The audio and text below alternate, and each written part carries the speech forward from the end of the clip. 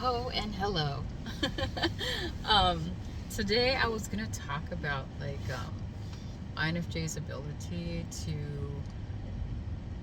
hone in on people's emotions, and I don't know if you have encountered the same thing, but normally I can pick up on people's emotions, like if something's bothering them and how they're currently feeling, things like that. And then when you confront them with your inquiry, like, hey, I've noticed like maybe you're something feels off, maybe you're upset about something. Do you note that most of them just kind of say, oh no, I'm okay? So they just kind of deny like what you are trying to, I guess,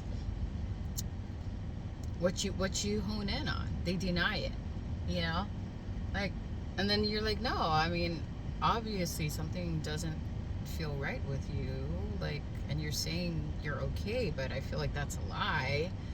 And my whole thing is, if you lie to yourself, you lie to me, and then everyone suffers. It's almost like they're repressing their emotions. They don't want to acknowledge them, but then we can see and feel it so clearly that, we try to kind of like have a conversation about it so that they can maybe release that emotion that they're trying to suppress. But it's really frustrating because when you confront them, they just automatically lie. Like, oh, I'm okay. Like, I don't know what you're talking about.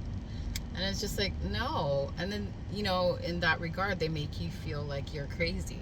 It's like, I know, I know what I know, and I feel what I feel, and it's definitely being projected from you, but because you're denying it and lying about it and trying to make me feel crazy, isn't that a form of gaslighting? And then I was thinking, like, why do they deny it? Well, let's face it, a lot of emotions aren't always positive. There's a spectrum of emotions, and a lot of them are uncomfortable.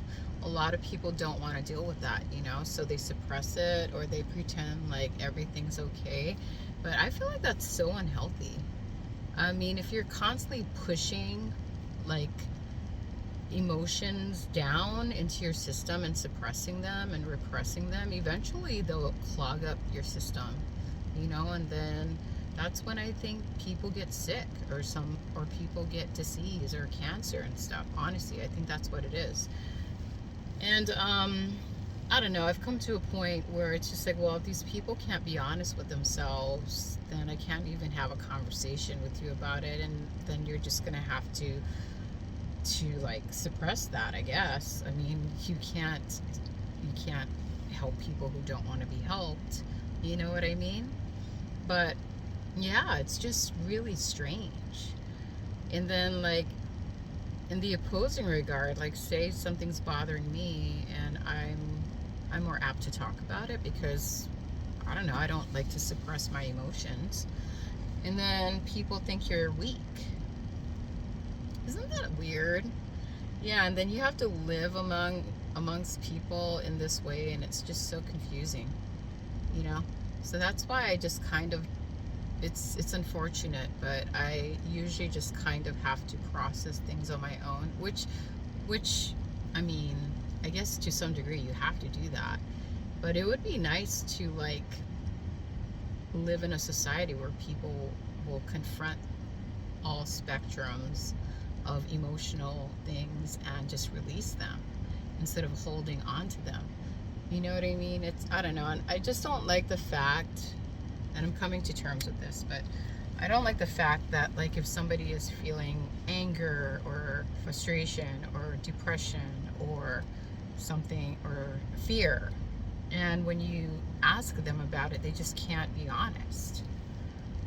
It's like, I don't know, maybe because we've been socially conditioned to believe that talking about feelings makes us weak. How does that make you weak, guys? That's like an essential part of being a human being. You know what I mean? I mean, like, for instance, if you're afraid of something, I think the first step to clearing that from your system is acknowledging, hey man, this makes me afraid, and why does it make me afraid? Asking questions. Why does, yeah, I get it. Nobody operates the way we do. Nobody wants to inquire. Nobody wants to sit in uncomfortable things, but I, it's really, really distorted a little bit, you know? And then it goes back to like communication, like having honest communication with people. Conflict resolution. How can you like really resolve conflicts if people can't even admit that they're feeling a particular emotion? You know? Anyways, this is just on the top of my mind while I was on my break and sitting in this car by myself. Yeah, but do you guys experience similar things? And then how do you cope with that, honestly? I guess radical acceptance. Okay, this person would prefer to repress their emotions and not have an honest conversation, and they're not open to conflict resolution. So I guess, again, this is a one-sided interaction and I'll just keep to myself. I guess that's why we feel lonely, because we, on one hand, yeah, we've spent so much time with ourselves, but yeah, I mean, I do yearn for like authentic connections, and it's just so hard to find, isn't it? Yeah. And then it goes down to being rare.